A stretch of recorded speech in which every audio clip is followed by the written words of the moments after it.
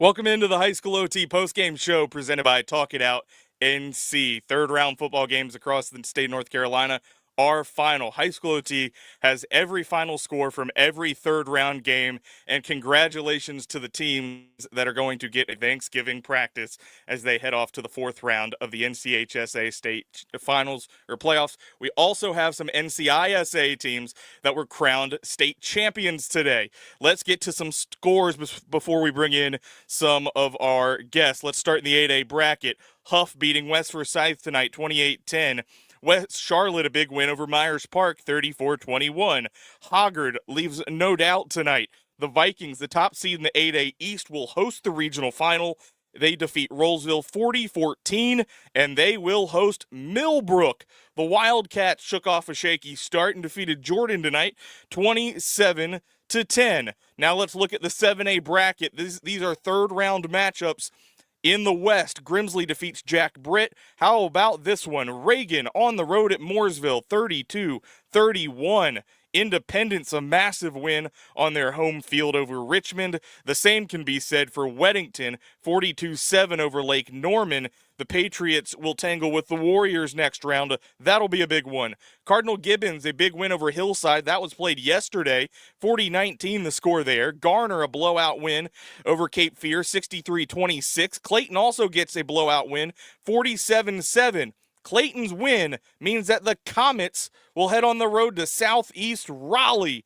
The Bulldogs, one of the biggest wins in program history, a 49-37 win tonight over Cleveland in the 7A bracket. Now on to 6A. In the West, it's Watauga. The Pioneers survive. 27-19 over Charlotte Catholic. Sun Valley, they've been picking up some signature wins all year long. None bigger than the one they get tonight on the road at Freedom, 46-20.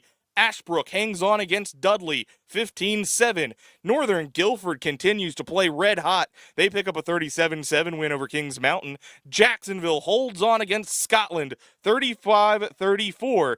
Union Pines defeats Williams, 17-7. Middle Creek hangs on against Southern Alamance. That's another one-point final, 31-30.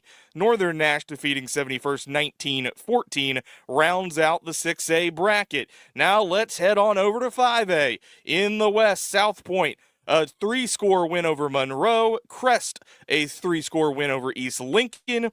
Hickory defeats Franklin tonight, 36-14. J.M. Robinson holds on and defeats Oak Grove, 41-33. Hunt, a big win over Southern Nash in the 5A bracket. No scare this week for the Warriors. And how about this one? Croatan, their magical season carries on, 22-21. Croatan defeats Havelock on a game-winning field goal from Cannon McBride. Northeast Guilford falls tonight on their home field. Rocky Mount 31-12. Northside defeats St. Paul's 28-21. So those are half of the brackets tonight. I'm going to welcome Chris Womack now into the show here on the High School OT postgame show. Chris, you've been taking in some wild games across the western part of the state tonight out in the mountains. Where were you at tonight, and what's kind of your initial thought as you start to hear some of these final scores that are coming in across the state? So I was over at Mountain Heritage where they were taking on Lincolnton in an 8-1 matchup, and you talk about wild games. That's a 1-point win for the visiting Wolves. That was all game long. Neither team could really create separation. The Wolves were just too explosive for the Cougars. Mountain Heritage would do one of their signature 7, 8, 9-minute drives, and boom, the Wolves would answer with a 2 or 3 play drive and even the score back up. So, I mean, it came right down to the wire. Heritage only completed 3 passes. 2 of those were their last 2 offensive snaps of the game. So hate it for the Cougars. Great year for them, obviously, but congratulations to Lincolnton. And looking around at some of our other schools, I mean, Pisgah was in a battle. Brevard got tested for, I think, the second time this year. They were really pushed to the brink. So certainly a lot of really close games around here in Western North Carolina. Yeah, you mentioned those Brevard and Pisgah games. Those come down to the wire, 1-2 score games there. I think that's been the theme so far tonight. What are you looking forward to most as these teams now venture into the fourth round of the playoffs? Well, Brevard and Pisgah collision course, right? Yep. I mean, that's gonna be a fun rematch. It went to double overtime. The first time around. So I know Pisgah will be looking for revenge. You know, Robbinsville is cruising in 1A. I'm excited for them, but I don't know how close it's going to be in the regional finals. But yeah, there's Mitchell advanced. So I mean, there's kind of Cinderella season continues. They were fortunate to be an 11 seed and hosting a third round game. Travis Pittman does a wonderful job out there, and they've been getting better each and every week. They have good players out there. They have a strong recent tradition there in Bakersville. So I think, who knows, Mitchell might be finding something special at the opportune time. Yeah, Mitchell is going to head on the road to play at Starmount next week.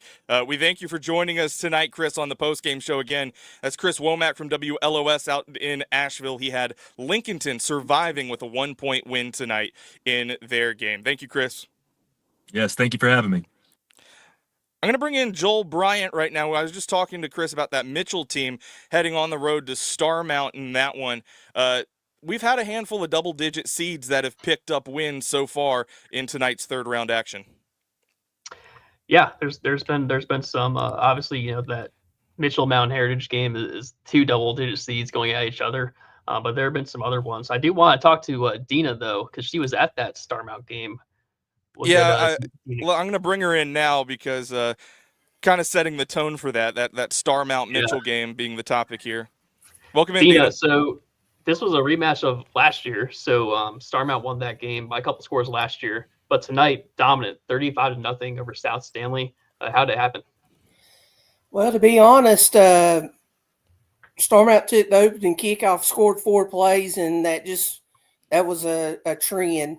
4 plays, took a 7-0 lead. Defense 3 and out, scored again, 14-0, 3 and out, scored again, 21-0 by the end of the first quarter, and basically they just kind of cruised on to a win. Had a really good, solid game offensively. Starmount had a really good game on the ground. Ran for over 303, ran 39 times for 315 yards and 4 touchdowns. And the main guy was Jameer Billups, senior running back, who went over 1,000 yards tonight. Had 126 yards and a touchdown. And then our fullback, Cody Hernandez, had a big night. He had 3 short touchdowns. Just a good power running back, and he got it in the end zone for us. So we added about 74 yards passing by our quarterback Deuce Bess. Mm-hmm. He threw a touchdown pass to Corey Armstrong, tight end. Just ended up being a running clock early in the second half. Defensively, that the Rams have been just really outstanding defensively. Gave up 54 total yards. South Stanley really couldn't get anything going. And, you know, when you are playing a team like Starmount that's in a groove right now, it got, to be honest, it was over early. Wow, that's surprising because South Stanley, they have some guys in that offense. You know, Josiah Holt, that receiver, and they had a lot of guys in that team this year. So that's a pretty impressive performance. One big thing, and I'll stress, South Stanley was without their starting quarterback, Caleb Richardson, who got injured in last week's win over Christ the King. I'm going to tell him I hate to see that. You know, we've had some injuries as well, and at this level, injuries to one player in the 1A, 2A, it can be really devastating. You know, if it's a really good player, but I hope he had surgery, I believe, yesterday. I hope he's doing okay. And but yeah, a really good total team effort for Starmount. Yeah, he was a heck of a player, very productive over his years starting. What's your first take on this Mitchell game? Obviously, Mitchell being the 11th seed, but you know we know they play tough competition from that part of the state. What's your first impression of that matchup? As you mentioned, Mitchell has they've got good tradition up there. They've they're a good, tough bunch. Coach Pittman up there's done a great job. I remember a few years ago we played Mitchell before they went on this big streak that they had in the post game, and they had a young group that year, and we beat them pretty bad. But then they went on a really good wave of playoff appearances and really good football. We expect a very tough physical bunch coming from Bakersville, or Ledger, as the folks in Mitchell called, to come to Boonville. I hope this week. I mean, tonight it turned into a fog bowl. I mean, you couldn't hardly see what's going on, but the weather cleared out. But we did have some fog. But Coach Josh Perdue's done a great job. This team had some stuff go on during the middle of the season with the offensive coordinator changing. The kids seem like they are on the same page now and getting better each week. That's awesome. And this is Dina King from ncpreps.com. She does a great job over there. She's been doing this for years. She's kind of a legend in this space here. Before you go, I want to get your impression on, this whole new playoff system with the, 8 classifications. A lot of people have some opinions on how 1A looks and whatnot. Just what's your general take now that we're three rounds into this new system? It just seems like it's got here really fast, but I don't know. I got mixed feelings on all the stuff that's happened. I think the RPI is good on certain cases, but of course they can always tweak it a little bit better.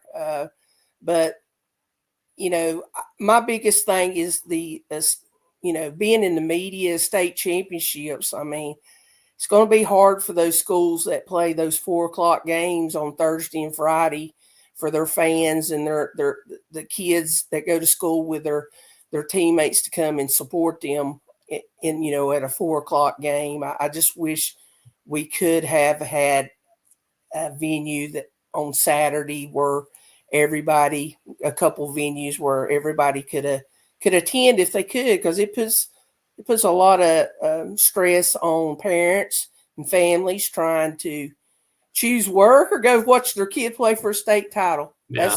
That's my beef with that. Yeah. I think in an ideal world that, the association would like to have them all on Saturday, but unfortunately they just don't have the staff right now. There's been a big change in the amount of staffing they've had. Even from talk about 5 years ago, it's gone down a lot over there. So unfortunately it's kind of tough ways either way you do it. So yeah. Dina, what can people expect from you in NC Preps this week going into round 4? Well, our website, we have a large forum, and that's basically our bread and butter. You can probably find somebody in every little corner of North Carolina on the website. So me and Trey Scott. Trey is featured more in the East. He's an Eastern guy. He covers the East. I cover more in the West and everything. And so we'll just continue doing. We have a little series where we're having a Mr. Football in each class, and he's got a little formula to pick the winner of that. And then we'll have our overall player of the year, the Solomon Award, named for Arnold Solomon, who started NC Prep. So, and basketball's started up for a lot of places and everything. So it's that overlap. Yeah. As you know. Crazy time of year. Yes. It's a crazy time of year. Well, Dina, really appreciate it. Thanks for coming on here, and good luck with all your coverage this week. And we'll hear from you soon. Maybe even next week we'll get you back on here. So I really appreciate it. Thanks for having me on, and thanks for what you all do for high school sports in North Carolina. I appreciate that. Always good talking to you, Dina. We're going to go to Jonathan Bim next. I want to get Jonathan in here because Jonathan had a busy day. Jonathan was doing soccer for us earlier, and now he went to the Williams at Union Pines game in the 6A classification. So Union Pines comes away with a 17-7 win. They were up 17-0. Williams had a late score there. Tell us about this Union Pines team, and they're kind of in the midst of one of their best seasons ever. Yeah, it is the best season. I mean, you could say there was teams in the past, but yeah, this is the first time since '74 they won a conference title outright. And this is the first time they're going to the fourth round of the state playoffs. They haven't won more than 9 games in a season, so it's just been a whole year. And Coach Till's second season, it's been a whole year of just history being made. 17-7 was the final. And I think it really just starts with that defense. When you look at the Kyron Fuller touchdown, like a minute and a half to go in the game, put the only score up for Williams. But would have to go 20 quarters back for the last time Union Pine's defense had given up a touchdown. It had been 13 quarters since a point was scored. That was a field goal against Lee County way back in week 10. So it's been a while for that team. The defense calls themselves the 11 Crazed Dogs. And I think it's kind of fitting that they knew this was going to be a dog fight with the Bulldogs. So the 11 Crazed Dogs came out on top. It was really just the 11 Crazed Dogs and Hayne Tobias. We've talked about him several times, but he did a little bit of everything. He had a passing touchdown on a double pass to get Union Pines going. He also had a lot of key third down plays, and it was just some little shovel passes that really were big chunk plays for Union Pines through Hayne Tobias. But he connected with Caden Sovey there in the second quarter. Adrian Cologne had a rushing touchdown, made it 14-0 in the third quarter. Brody Muley with a 32-yard field goal made it 17-0 early in the fourth quarter. But the defense really just kept Kyron Fuller one-dimensional because everybody knew about how talented Williams' quarterback could be with his legs and passing. Made him more of a passer. I think he had like 10 or 12 yards rushing if you count all the losses he had because they knew he could have the big play, and they limited that big play. Marion Richmond, they kept him in check for Williams' run game. And it was really a first half of missed opportunities. Union Pines on their first drive gets first and goal at the 2. Williams defense stands tall and gets a stop.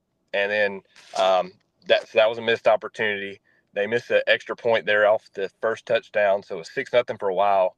And then there was a near safety in the end zone for Union Pines defense that Fuller was able to get out of. So I said at halftime it could easily have been 16-0, and it was 6-0. So both teams probably felt like there was a lot left on the table, but then the Union Pines defense really made up for it in the second half.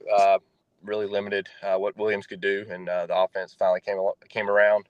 But yeah, it was a historic day in Cameron. Union Pines going to the fourth round. That's a pretty wild thing to say. They'll be facing Jacksonville. Jacksonville had a thriller against Scotland, which is a team that Coach Till knows very well from when he was coach at Richmond. Union Pines used to play Scotland in conference play as well. I know that Jacksonville's a little bit far out from you, but what's your first takeaway on that matchup?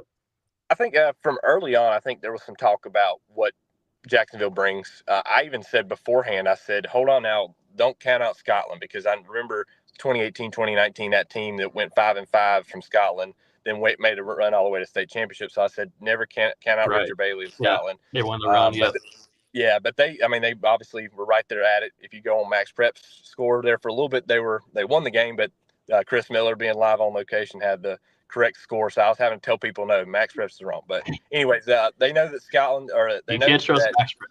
You got to go to HighSchoolOT scoreboard. Exactly.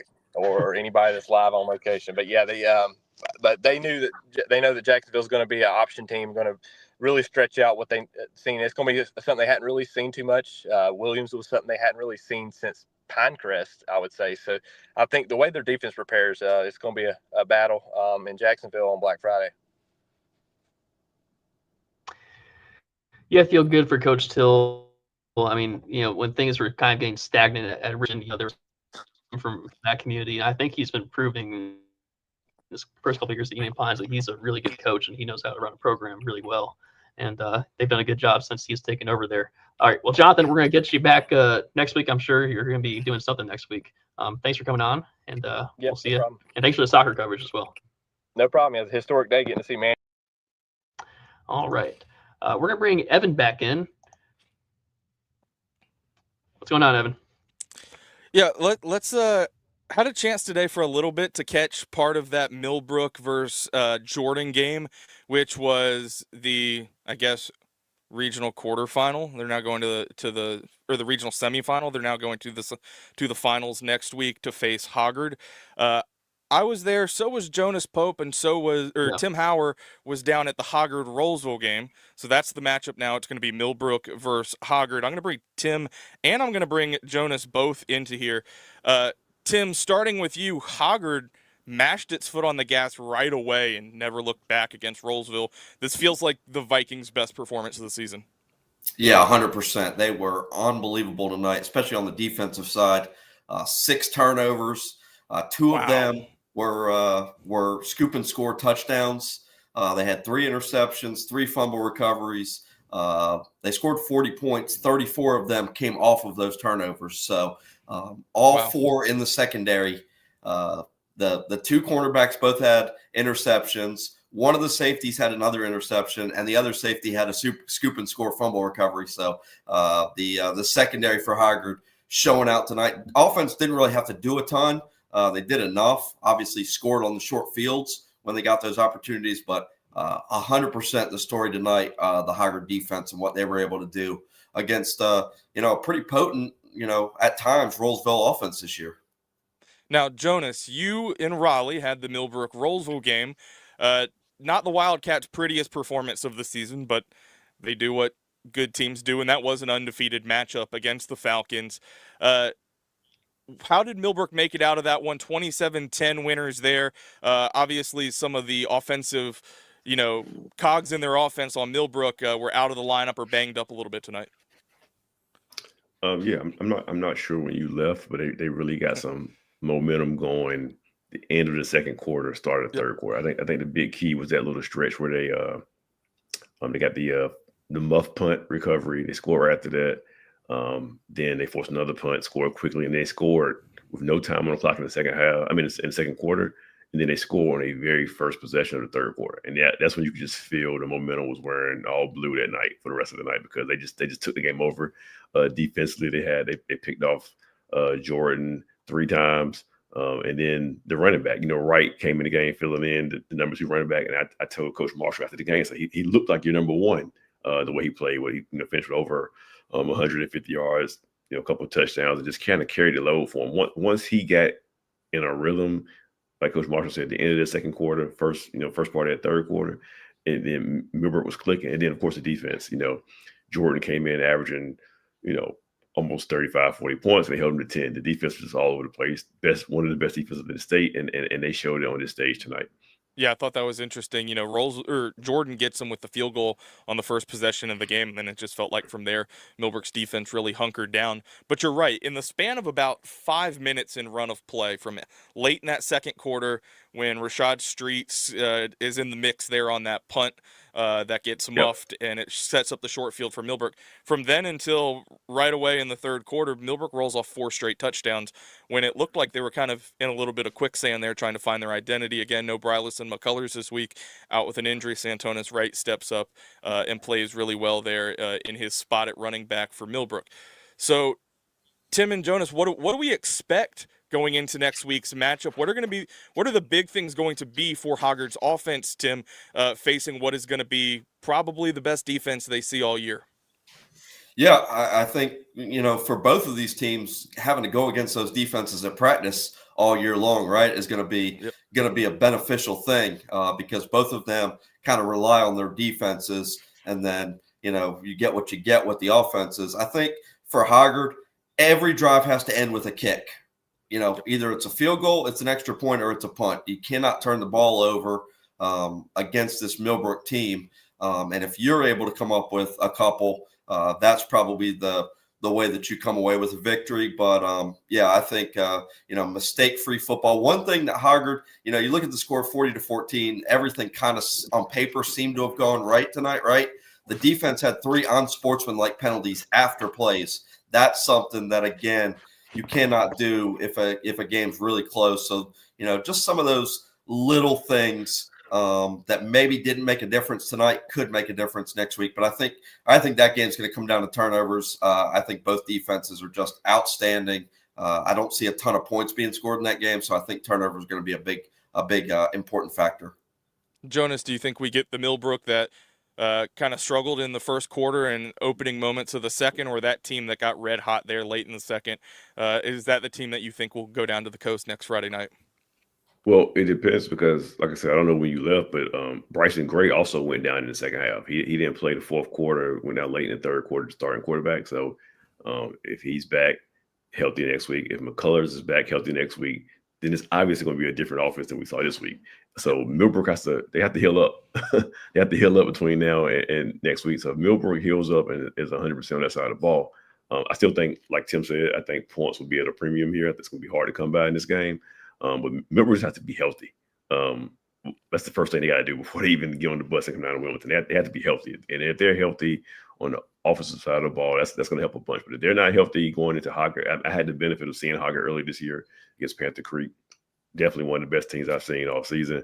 If Millbrook is not 100% healthy in those key spots, they could be in trouble. But they have a championship defense that can keep them in the game. But they need their starting guys on offense. Yeah, and I feel like you can attribute a little bit of that slow start tonight to the fact that Brylas and McCullers has been that feature back for Millbrook all season long, and has had two really prolific rushing seasons for the Wildcats in a row now, and so a little bit of that first half was, okay, he is not the guy getting these carries, and it was a little more of Bryson Gary being able to figure out when he can pick and choose his options there with Malachi Gilchrist or Malachi Thomas. He had a big pass there. I think it was to Taden Martin that set up a Santonis right run there late in the second. But working past that, and then Joel and I spoke, late in the season, Millbrook didn't have the hardest schedule down the stretch. Maybe that plays into their hand a little bit because some of those blowout victories down the stretch are games where you were able to get a lot of touches for a guy like Santonis Wright. And now on a big stage, he has those reps under his belt. So that's going to be something interesting to look for as well. Jonas Pope, Tim Hauer, Hoggard, Millbrook, both picking up big wins tonight in the third round of the playoffs. They will advance to next week's 8A East Regional Final, and the winner of that game will advance to the 8A State Championship. Thanks, guys. Appreciate it. Thanks, we carry on here on the High School OT postgame show presented by Talk It Out NC. Moving on here let's bring Joel back into the show now. A couple more scores that we need to get to from around the state of North Carolina before we bring in some more guests from out west. Let's start with that 5A bracket here. Again, every final score for every third round playoff game in North Carolina can be found on HighSchoolOT.com. Right there on the front page, you can see live brackets and final scores presented by our partners at Talk It Out NC. South Point picking up a big win over Monroe, Crest defeating East Lincoln, Hickory defeating Franklin, Jam Robinson over Oak Grove, Hunt defeating Southern Nash, Croatan over Havelock, Rocky Mount over Northeast Guilford. That's a big upset there for the Gryphons. And then Northside out of Jacksonville picking up the 28-21 win over St. Paul's. Some 4A scores for you. Brevard defeats Burns tonight, 30-27. Pisgah defeats Mount Pleasant, 22-15. That's going to set up that Brevard-Pisgah game next week. We'll have Paul Witt join us in a little bit to talk about that one. Maiden defeating Newton Conover tonight on the road, 29-6. A big win there for Maiden. High Brighton, 14-9 over Stuart Kramer. David Jones and Jeff Link from Scoreboard Radio were at that one. They will join us next here on the postgame show. Reedsville defeating Eastern Wayne. That was close early on, but the Rams, the top seed in the 4A East, pull away with the 41-24 win. Central Davidson defeats North Pitt 40-22. How about this one? Southwest Edgecombe goes on the road to East Duplin, and they escape 44-41, the final score of that one.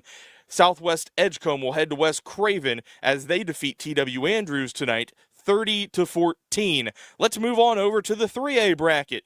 As we mentioned at the top of the show, Lincolnton, a 37-36 win on the road at Mountain Heritage. The top seed in the 3A West is down. Chris Womack from WLOS was at that game, and he filled us in at the top of the show about that result. West Davidson, the best season in school history, continues on into the fourth round. The Dragons are heading to Lincolnton, 23-21 over North Stanley tonight. Eastern Randolph picks up a home win over Walkertown, and in a battle of arguably blue blood powerhouses in high school football in North Carolina, Shelby all over Mount Airy on the road, 41-21 tonight. In the 3A East, James Keenan moves on. They defeat Aiden Grifton handily, 54-26. Farmville Central continues on. They pick up a road win at Martin County, 28-20. Kinston, another double-digit seed moving on, 34-20 on the road at Pasquotank. The Vikings, they will head to Northeastern, who go on the road and defeat Pender, 52-34. Lots of teams in the 3A bracket picking up road victories tonight to advance to the 4th round of the state playoffs. Now off to the 2A bracket. That's where Murphy defeated the Community School of Davidson 54-20. Corvian Community, last year's 1A runner-up, survives at East Wilkes and wins 31-28. Mitchell defeating Mountain Island 28-15, and they will head to Starmount, who shut out South Stanley 35-0. Chris Womack touched a little bit on Mitchell and their win, and then Dina King joined us to break down that Starmount 35-0 win. Out in the 2A East, Tarboro has no problem with Hobton. East Bladen hangs on, defeats Manio by 17. Holmes picking up a double overtime victory tonight at North Duplin, 34-28, a huge win there for the Aces, and they will head to Warren County, who defeated East Carteret 44-23. Just a couple more scores to get to you before we bring in our friends from Scoreboard Radio. Robbinsville in the 1A bracket picks up a 54-7 win over East Columbus. South Davidson continues on with its historic season. They defeat Thomas Jefferson 27-12. Wilson Prep goes on the road and defeats Kip Pride 42-16, and Northside defeats Beargrass Charter 43-6. I pull up that 4A bracket one last time because I mentioned that High Brighton Stuart Kramer score 14-9. High Brighton off to the 4th round of the playoffs, where it will host Maiden. David Jones and Jeff Link were on the call tonight for Scoreboard Radio. Welcome in, guys, to the postgame show. A close one, a nail-biter there, and it took some turnovers late in that game for High Brighton to be able to hold on and pick up the win. Yeah, actually one of the better football games we've seen in a while. Went right down to the final possession. We questioned maybe Stuart Kramer a decision to punt late in that football game, but they were able to get the ball back from High Brighton after a terrific punt by Ashton Woodruff. On their own 40-yard line, Kramer drives down, throwing the football, wind up in a 4th and 10 situation. And all night long, the quarterback, Cleve Phillips, a really good-looking senior quarterback, they were running the High Brighton DBs off. Phillips would take the ball and roll right or left, pick up chunks. And in that 4th and 10 situation, that's what they were doing again as the clock was winding down under 20 seconds to go. And High Brighton with backside pursuit, we think it was Tanner Moore, catches the quarterback, strips the ball out on the left hash, and it's like rolling in slow motion, and it trickles out of bounds, and High Brighton preserves the 14-9 win. If our stats were correct, and Jeff confirmed it with their coach Ashton Simmons, Stuart Kramer had 3 turnovers all year, 2 picks and a fumble, and the game ends on a fumble that goes out of bounds. And the Panthers defense, which was on the field in the second half for over 16 minutes of the 24 minutes of the second half, the defense was gassed at the end, but they got the stop when they needed it. In fact, it was the only time the Panthers defense stopped the Storm on 4th down all night. The Panthers advance. They'll get Maiden here at Jeff Story Memorial Stadium on Black Friday. We'll be here for that. Yeah, this is going to be a matchup that you guys are a little familiar with. Maiden getting a big win tonight at Newton Conover. Does that surprise you guys at all? Maybe just the difference there, 29-6 the score there, and what do you expect from that game next Friday night at High Brighton? No, I wasn't really a surprise. I had that as a toss-up, and usually we felt like Newton Conover kind of came out of nowhere this season. There was a lot of preseason hype around Maiden. They lost to some good teams. I mean, you lose to Hickory, who's still playing in the playoffs. You lose to AC Reynolds, which certainly had a great season. But Maiden, I kind of felt like we do a pick sheet every week. David got it right. He picked Maiden. Justin, our producer, and I, we both picked Newton Conover. But I felt like it was going to be a close game. It was overtime. But you see that a lot of times in these matchups in the playoffs. 2 teams will play in the regular season, and the matchup goes with the opposite team. They've got a great quarterback in Grant Lawing. Coming into tonight's game, he had thrown for over 2,000 yards and 24 touchdowns. Good running back in Shannon Wingate, 1,400 yards rushing, 17 touchdowns. So should be a great matchup. I'll have to look up and see when the last time, even though these 2 teams share 321 and they're about maybe 30 minutes south, of where we sit in Lenore. It's been a while since these two teams have played each other, and it's been a while since both of these teams have been into the fourth round. This will be High-Brighton's first trip to the fourth round since 2018 when they played Shelby in the 2AA regional final. Shelby won that game 28-21. That ended High-Brighton's 30-game winning streak. And then Maiden last made it to the fourth round in 2021 when they fell in the 2A West regional final to East Surrey by a score of 36-35. But it should be a great crowd. High-Brighton, hats off to Stuart Kramer. I tell you, for a school that's been in relatively new, 12 years. Ashton Simmons, I was so impressed with him just talking to him before the game. I read a little bit this week from the Gaston Gazette about the situation with him coming in and taking over the school board superintendent, getting involved with the last coach getting fired. But Ashton Simmons come in, you guys said last week, coming from Northwest North Carolina, had been at Mount Airy with J.K. Atkins, had been with Greg Lloyd over at Starmount. He's a good football coach, and that's a young team. They lose Phillips, the quarterback, but I'm very impressed with that program. They've got something special going down in Belmont. So hats off to them. Great season, first time into the third round, most wins ever in a season. But High-Brighton finally back into that fourth round. It's been, as we said, since 2018. So playing football on the day after Thanksgiving is certainly a goal that you have at the start of the season, to get to practice on Thanksgiving morning and then play a football game on Friday night. It should be a great environment here at High-Brighton next Friday night, with the biggest little football town in America, Maiden, rolling up the streets and coming up 321 for a great matchup. I think you make a good point there. Maiden, had some buzz around it in the preseason. Obviously, it, gets a really prolific running back in Shannon Wingate from North Lincoln to come on over. And I think this is the time of year where you're starting to see these teams who, back in July and August, when there's that buzz around them, maybe they don't meet those expectations then, but when it comes winning time here in November, these teams are starting to separate themselves. I think Reagan's another one of them. Reagan is heading off to the fourth round out in the 7A bracket. Reagan was a team that kind of scuffled early in the season, and now here they are in the fourth round of the playoffs. So there's a lot of themes here where teams are getting hot at the right time. Before I let you guys go, I want to ask you, a couple other teams in the Catawba Valley move on. Watauga moves on. Hickory moves on. Freedom falls tonight. East Lincoln falls tonight. Any shockers there? And what do you guys expect out of Watauga and Hickory moving forward? These are two teams with a lot of winning pedigree who, again, playing their best football at the right time of the year. Yeah, I think Sun Valley is going to be a tough out for Watauga next week, traveling up to Boone. And that was what we were saying. Watauga gets home field advantage throughout the playoffs, and it's 55 degrees today in Boone.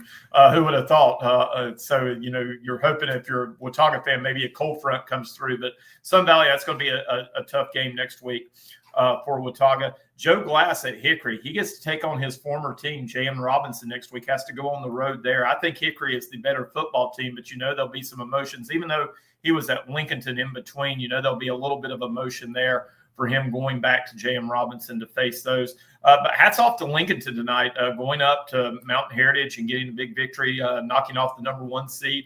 And then Lincolnton gets the home playoff game. You're talking about West Davidson having their best team in school history.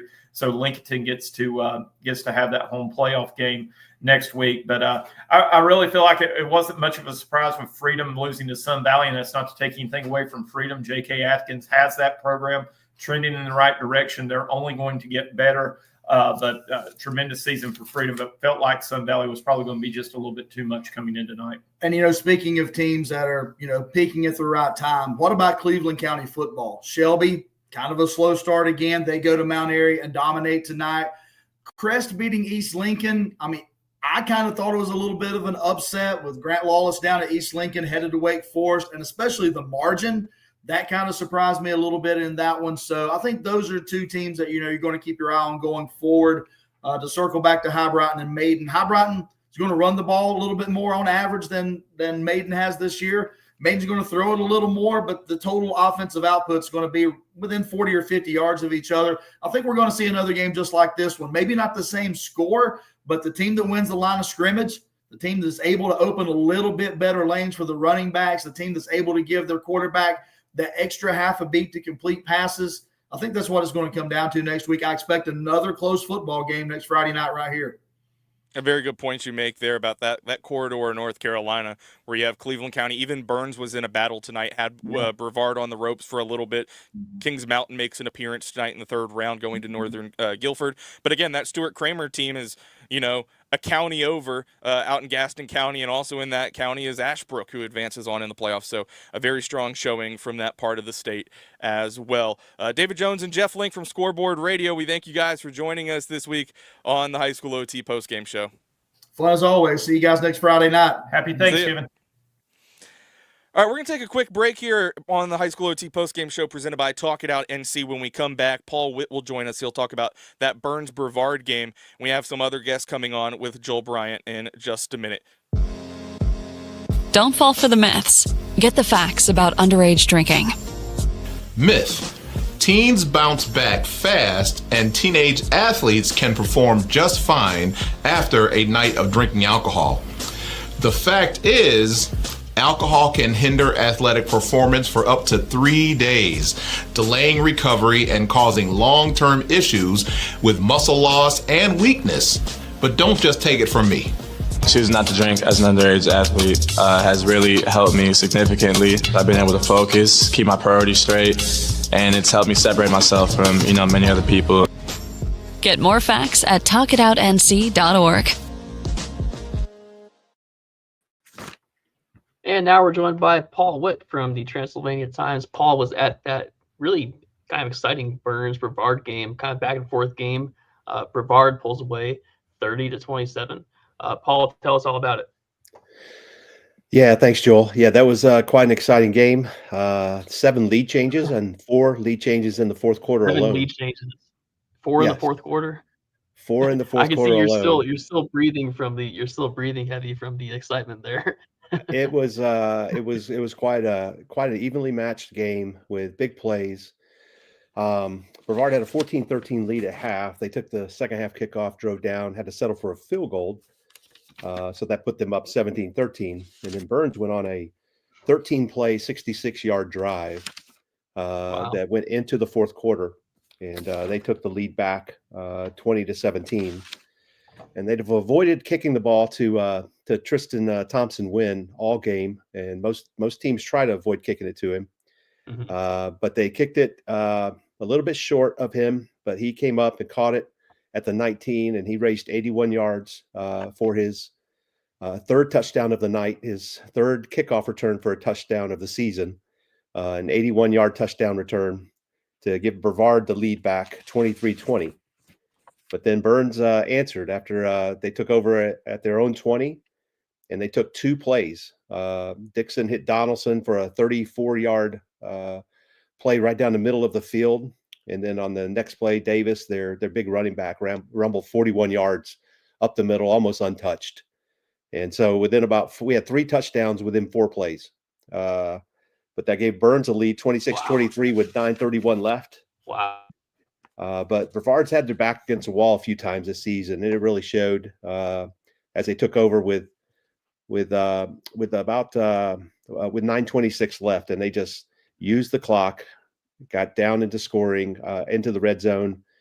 Then one of their senior running backs, Nyrell Skinner, from the 3-yard line, just ran over about 3 guys to get to the end zone with 3:49 left. So you still didn't feel good from Brevard's perspective, even though it gave you the 30-27 lead, because they'd not been able to stop Burns in the second half. And on 3rd and 11, Burns ran a wheel play to Davis out of the backfield. It had worked once earlier. They drew a pass interference penalty.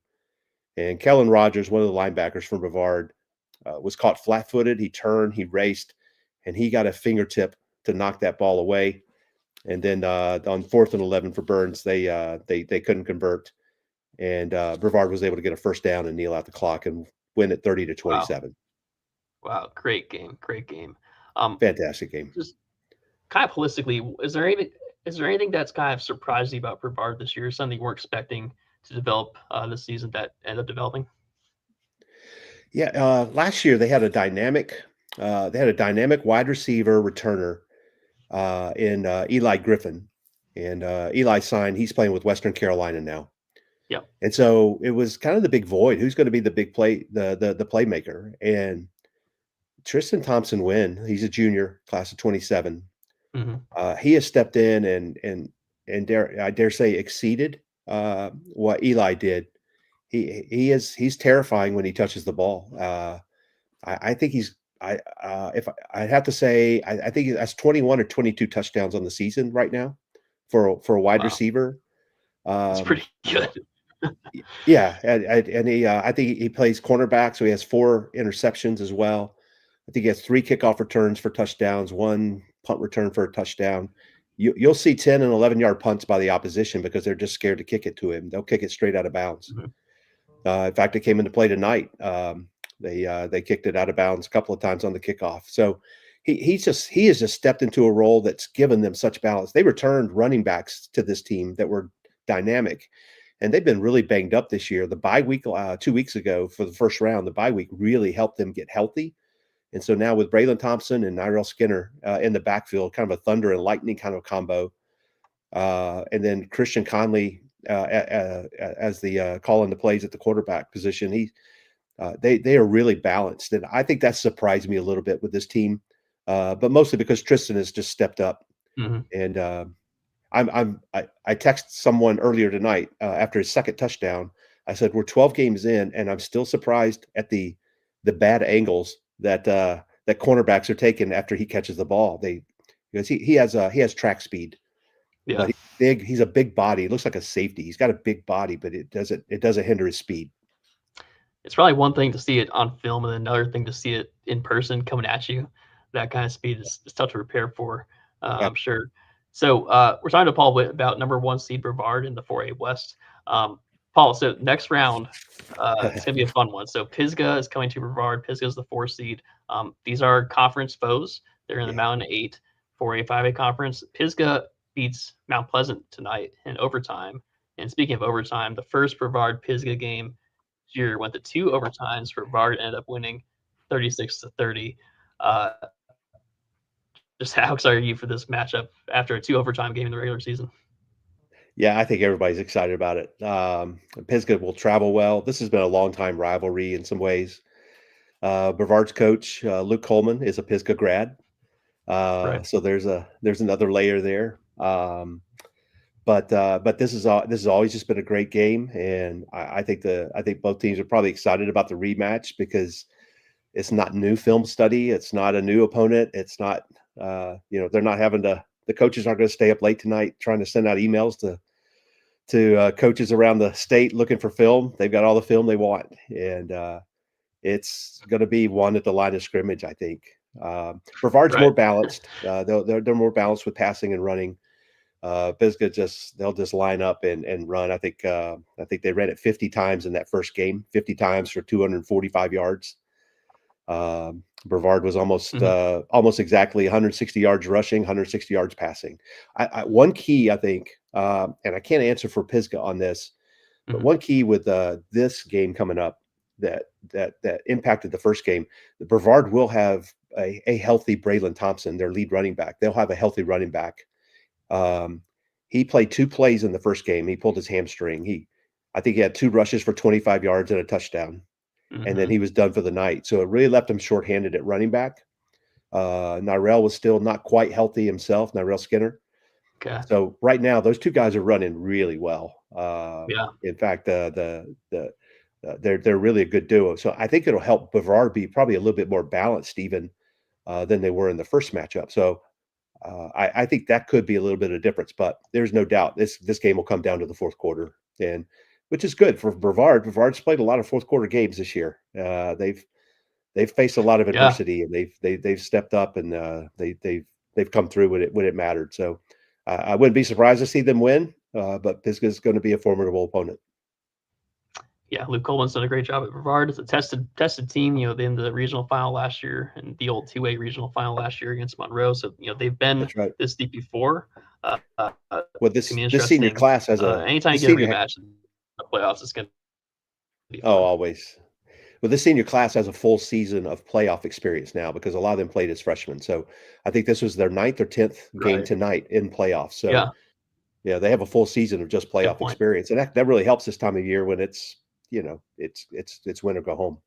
But rematches are always great. Conference rematches are great, and teams that really know each other well. It's just going to be a lot of fun. Awesome. Well, Paul, we really appreciate your time. Thanks for coming on here and telling us about the game. I'm sure we'll hear from you next week after that great one next week. So really appreciate the time. Thanks, Joel. Happy Thanksgiving. Yes, you too. All right, we are going to go to David House. He is the head coach at South Davidson. There's not a single team in the state that has had a bigger turnaround from last year to this year than South Davidson. So, Coach, obviously, last year there were some close games, but you did end up finishing 0-10. This year, you're off to what? It's 11-1 right now. Yes, sir. 11-1, and you're in the 1A West Regional Final. Is this the first regional final for South Davidson? Yeah, they actually never won a playoff game until this year. So right. This is I didn't want to assume here and be wrong on the spot, but So first regional final for South Davidson. Just kind of what is going through your head, because this has been such a crazy run. I don't even know if your best case scenario saw this all happening. Just what's been going through your head, and just what's been the feeling there? Oh, first off, man, we give God the glory, because He has blessed us this year with a great group of kids and a great staff and a community that's really been behind us. I mean, like you alluded to, last year was tough. I mean, 0-10. A lot of our kids could have quit us and not come back, but they worked hard this whole summer. We added some new coaches and some new flavor, man, and these kids bought into it, and they're seeing the fruition of all their hard work. What has surprised you maybe the most on the field this year? Obviously, there's stuff that you can hope happens, but you can't be sure that's going to develop over the course of the season. What's been some aspects of the team that have really allowed this kind of run to happen, you think? Man, I think offensively, we're moving the ball, we're scoring way more. I mean, last year I think we only scored like 47 points all year.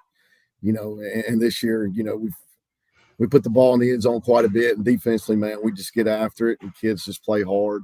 I think the biggest thing was our kids got confidence. They started really believing in what we were doing, and we told them we're going to do something special this year. We didn't think this was actually going to happen, but it's been a fun ride, and I know where we got to go next week, and I know how good that team is, but we're going to go up there and give the best we can. Hey, still, you're in a spot now where you are one game away from getting us to a state championship. And look, Robbinsville's a great program. It's going to be a long trip out there next week for the regional final. But in one game, you don't know what's going to happen in one game. So how do you want? Go ahead. No, how do you want to approach this week? Obviously, the goal for everyone's kind of practice on Thanksgiving and everything. And it's one thing to, I guess, think about it. Now you have to do it. So what's going to be your plan for this week with all the distractions happening? How do you want to approach it? We're going to approach it like we do every other week. We're going to come in here on Sunday as coaches and meet, put the best plan that we can put together. We're going to bring our kids in on Monday and go to work. Our motto hadn't changed. It's one week at a time. We want to go 1-0, just like we tried all year. We don't want our kids to think the game's bigger than what it is. We want them to go out there and just have fun and do the best they can. Obviously, still to do like your whole full scout on Robbinsville and everything. But just knowing what just kind of historically how they played and whatnot, what do you think is going to be the key on the field next week? We better be ready for a physical game. We know those guys are good, really good up front. They got some big old backs. We better be ready to have a 48-minute physical game and just stay in the game and not make the game bigger than what it is, because we know their tradition. We don't have a tradition like those guys do. So we're just going to tell our kids, hey, we just got to go out there and do the best we can, leave it all on the field. And as long as you leave it all on the field, you have nothing to hang your head about at the end of the day. Well, Coach David House from South Davidson. Coach, you're not going to be able to do any Black Friday shopping this year because you'll be driving out to Robbinsville, but I'm sure that's a good trade-off instead of getting those deals this year. Yes, sir. Well, Coach, really appreciate the time. Go back and keep celebrating with your guys, and good luck next week at Robbinsville in the 1A West Regional Final. Outstanding season for South Davidson, going from 0-10 last year to 11-1 this year in the 1A West Regional Final. Coach David House, really appreciate the time. Thanks so much, Joel. All right, we're going to bring Evan back in. Sorry, Evan, I kicked you out. Now I brought you back in. You're the pro here with the in and out. But we got it on. Yeah, we're going to carry on here. One of the bigger results from tonight was Cleveland picking up a big road win, Southeast Raleigh picking up a big road win at Cleveland in the 7A East bracket. Clay Best was there for high school OT. Clay, we've talked all year about this Greater News River Conference. It's fitting that this league is all in the middle of the 7A East playoffs here, even in the fourth round. Southeast Raleigh, the big third round win tonight. I caught that game earlier this year when the game was played at Southeast Raleigh. It was our high school OT game of the week with J. Mike Blake. And early in that game, Southeast Raleigh had control, but then Cleveland was able to find its footing late in the second half and pull away for the win.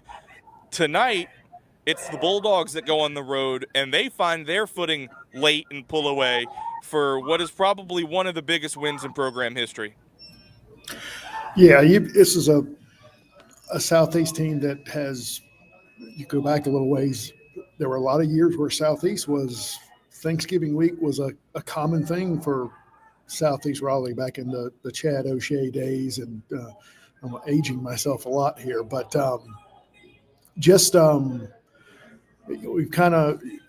we saw this bracket and you thought this could turn into Gibbons in the Greater Neuse River 4A 7A Conference Invitational, and that's what we've gotten to. When we were getting a Greater Neuse team into the fourth round from this game tonight, you weren't sure who it was going to be. You thought it was probably going to be Cleveland. Cleveland's just always so successful at home, successful in the playoffs. Got off to had a really kind of took control of this game in the second quarter. It's 14-14 after the first quarter. I think the two teams had about 320 yards of offense in the first quarter. And then the second and third quarter, you kind of got in this game where there were very much times where you could tell both teams had scouted each other really well, and they knew exactly what was going to happen. Lots of 1 and 2 yard runs, and then gradually, as the coaches explained to me, they both kind of figured out, hey, we really can't run the ball. So it became a let's throw it. And then it became a game of Southeast Hydrique Powell at quarterback, just finding guys open all over the place, hit a couple of seam routes for touchdowns, just kind of great calls and great execution. And then Southeast defense creates 3 turnovers in the second half. Once again, Cleveland was up 24-14 at the half. Cleveland was up 31-21.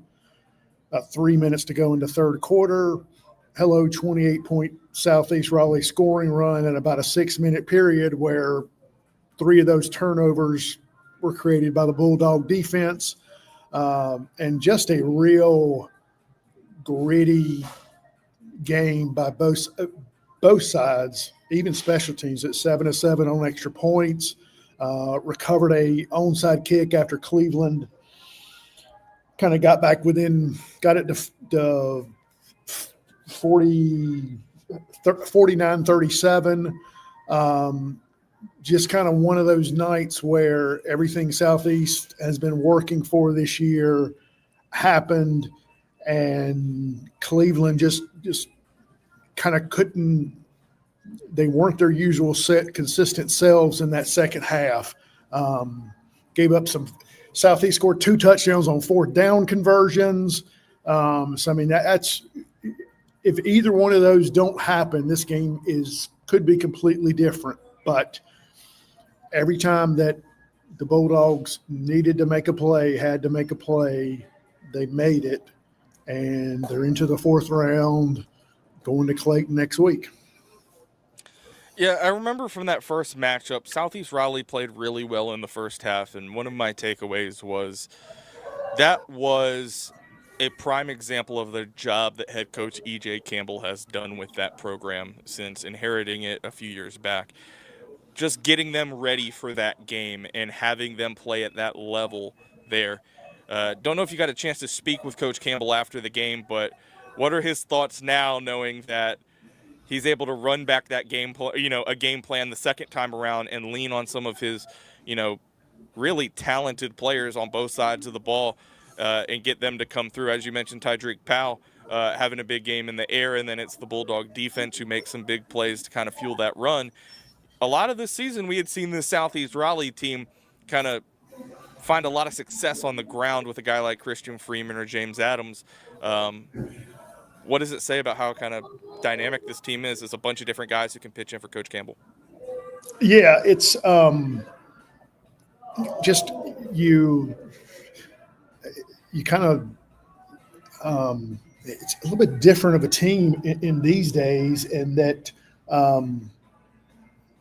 Tydreek didn't. I mean, he didn't run the ball once. I mean, he is your stand in the pocket and find the guy passer, and then of course you've got Christian Freeman, who's the state recruit who just kind of steadily produces. I mean, he had 115 or so yards tonight, but I mean, he only had 11 carries. I mean, he made one of those fourth down conversions for a touchdown was a pass reception from him.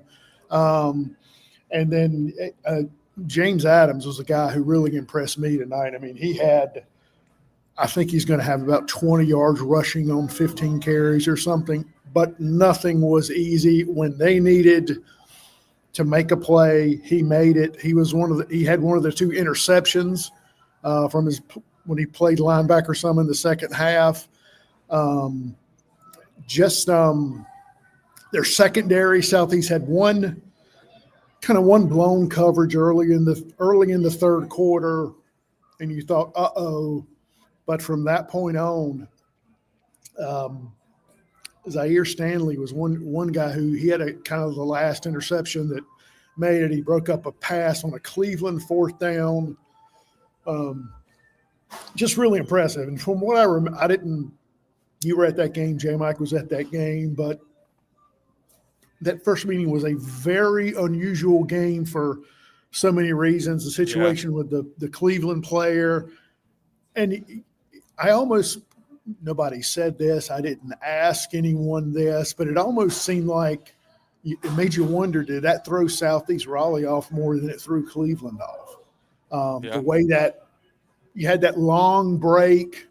And I mean, that's just the simple thing of, hey, one team might want to keep playing and the other team is like, hey, we need to, of course, that's never the way you want to get a breather, but just that kind of thing. And then I did talk with the coach after the game, and he's like, kind of now he's going to flip roles. Now he's the coach that won the first meeting, going to play a team in Clayton, I'm sure, that is still lamenting. Southeast is not a bad team to lose to, but I'm sure the Comets feel like we shouldn't have lost that game. And here's their chance again now. And you see what Clayton has done defensively in the past month. I think it's 10 points they've given up. They gave up 7 tonight. So going to be a very interesting night at Nixon Fowler Stadium between the Bulldogs and the Comets for sure. Well, that is Clay Best. He was out at Cleveland tonight as Southeast Raleigh goes on the road and picks up a marquee victory in the third round of the state playoffs over the Rams. Thanks for joining us, Clay. Thanks. Have a good night. All right, we move on now on the High School OT postgame show presented by Talk It Out NC. I'm going to bring in Chris Miller from the Jacksonville Daily News. He had a lot of thrilling games happen down in his area. Welcome in, Chris, to the postgame show.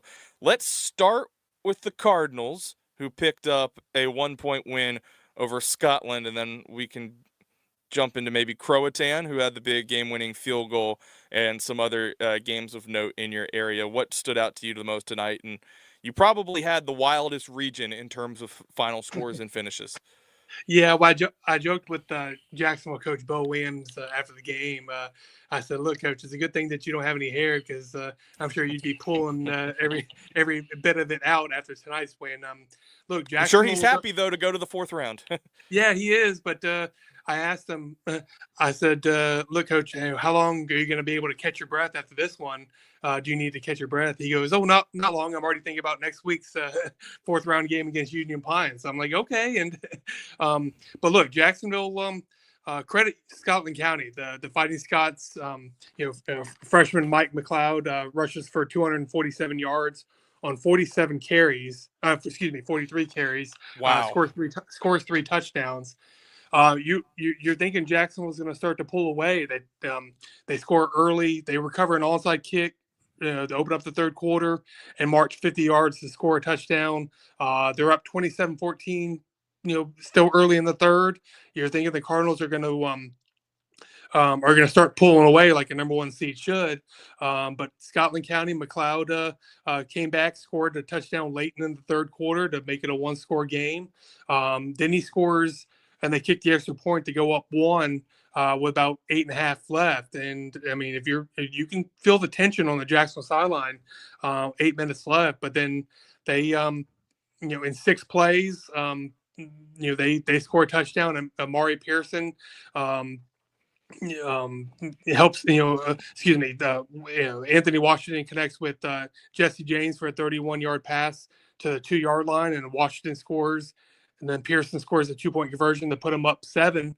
So okay, Jacksonville's going to come away win, but Scotland County they score a touchdown with 1:39 left. McLeod, just an unbelievable performance out of him, out of a freshman.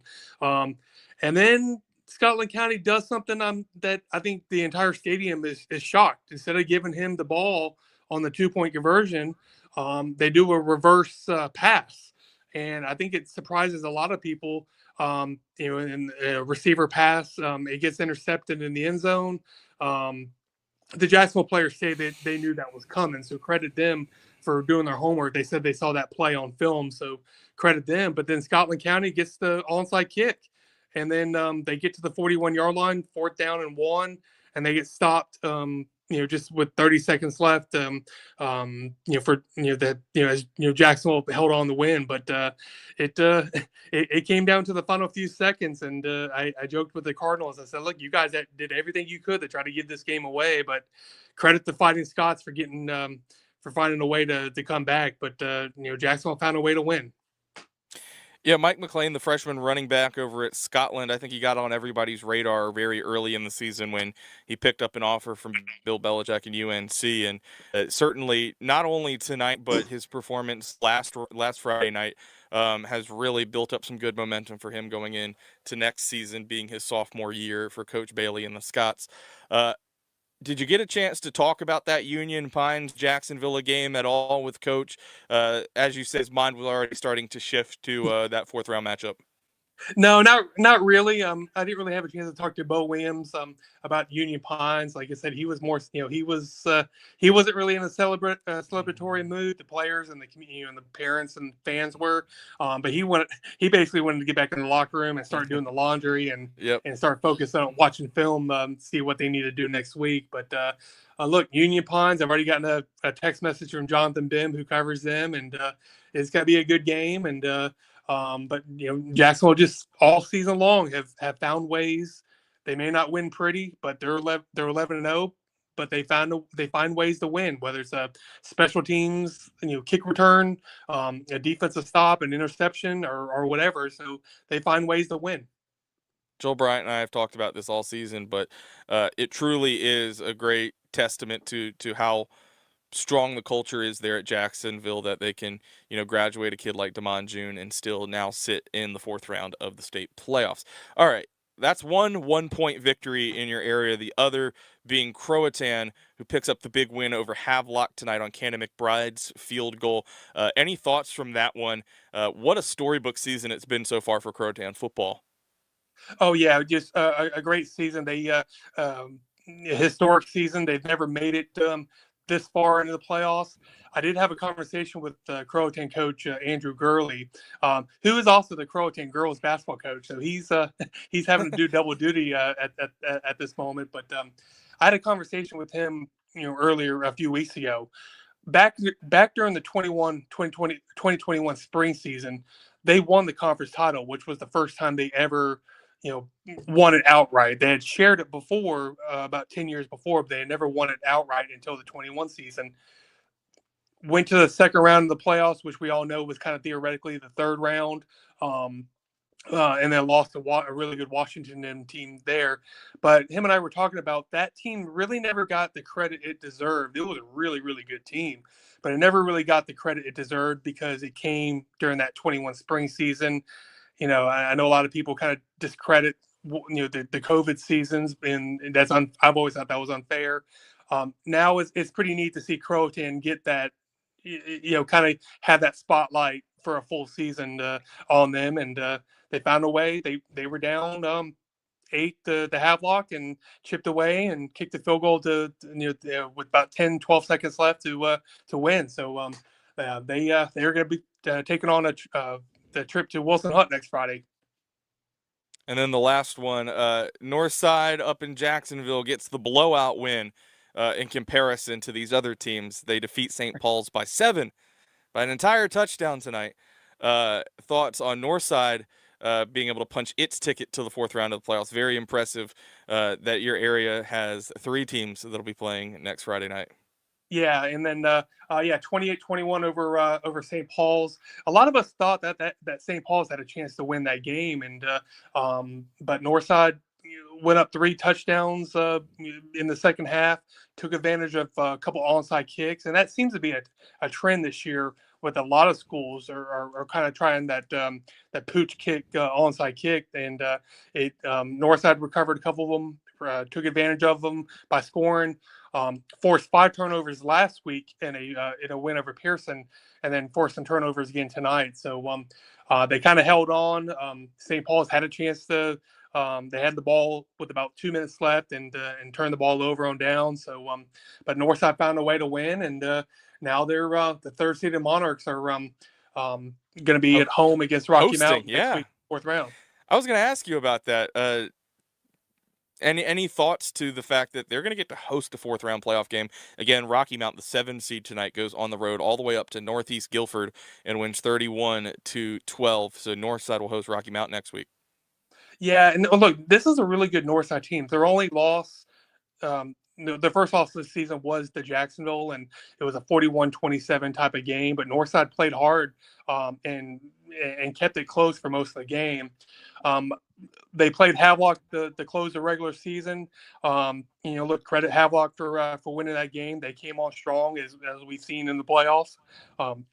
But Northside feels like they kind of let that slip away. They kind of got a little complacent and lack of focus. But Northside, I mean, their quarterback is a sophomore.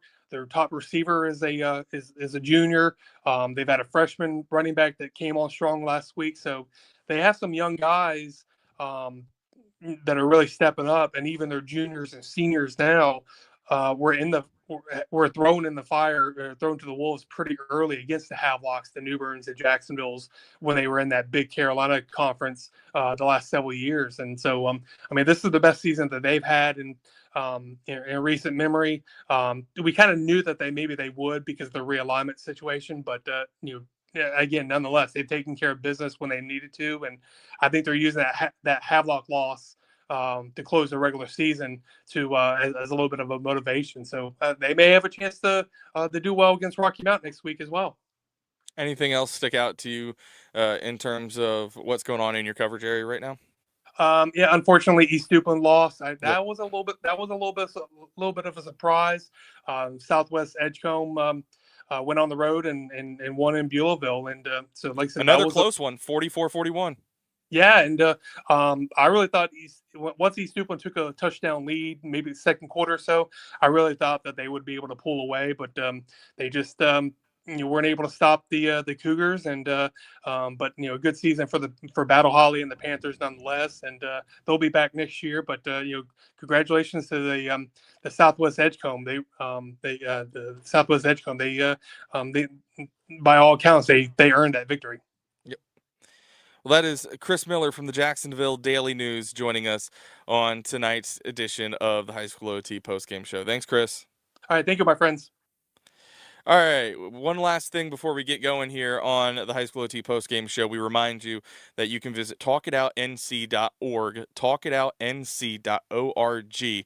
That is your place to go to get all of the resources and the tools that you need to start the conversation today to stop underage drinking. Those are conversations that you can have with your children, fellow teenagers and peers alike. Visit talkitoutnc.org. We thank them for being the presenting sponsor of the postgame show all season. We'll continue on next week with some fourth round action. We will know about some 8A teams and some 1A teams that have punched their tickets to state championship action in December. We wish you all a happy Thanksgiving, and we remind you again to visit HighSchoolOT.com. The Talk It Out NC statewide scoreboard and live brackets are your spot for every single third round final score in the state of North Carolina. They're up there now. Also, a lot of boys soccer state championship coverage. That is up as well. So far, we are through 5 of the 8 boys soccer state championships, and there were some thrillers today, including Marvin Ridge, who late tonight picked up an overtime win against Chapel Hill. High School OT's J. Mike Blake was out there to watch Marvin Ridge, Southwestern Randolph, and excuse me here, I'm missing out on it. Manio pick up their 3 boys soccer state championships today. Thomas Jefferson and Hoggard earned them yesterday. And then again, 3 more games out in Guilford College tomorrow. You can get full coverage from that on highschoolot.com this weekend. And also the fall girls flag football state championships are tomorrow for the fall season. The final 4 teams out there are Cardinal Gibbons and Wakefield. They will face off at Durham County Memorial Stadium tomorrow at 11 o'clock. Following that at 12, it's Ashley and Cuthbertson. Those are 4 of the top teams in the entire state. Ashley and Wakefield have dominated the eastern region of the state for quite some time. We'll have coverage from that as well out at Durham County Memorial Stadium. We'll have the championships there. Again, there's 2 semifinal games, a third-place game, and a championship that you can take in as well there. But for Evan Moesta, Joel Bryant, and everybody else here at the High School OT studios, we wish you a happy Thanksgiving. Happy 3rd round of the playoffs. Congratulations to everybody who has moved on to the 4th round. Before we go, one last message from our partners at Talk It Out NC. Raising kids is a roller coaster. Sometimes you laugh, sometimes you cry, but most times you wonder how your kid turned out so well. That's how. You did the hard work, made the right decisions, like talking about alcohol before it could be a problem. Go to talkitoutnc.org. Get resources on how to talk about underage drinking. So Mom, Dad, keep up the good work. It's worth it. Talk early. Talk often. Talk It Out NC.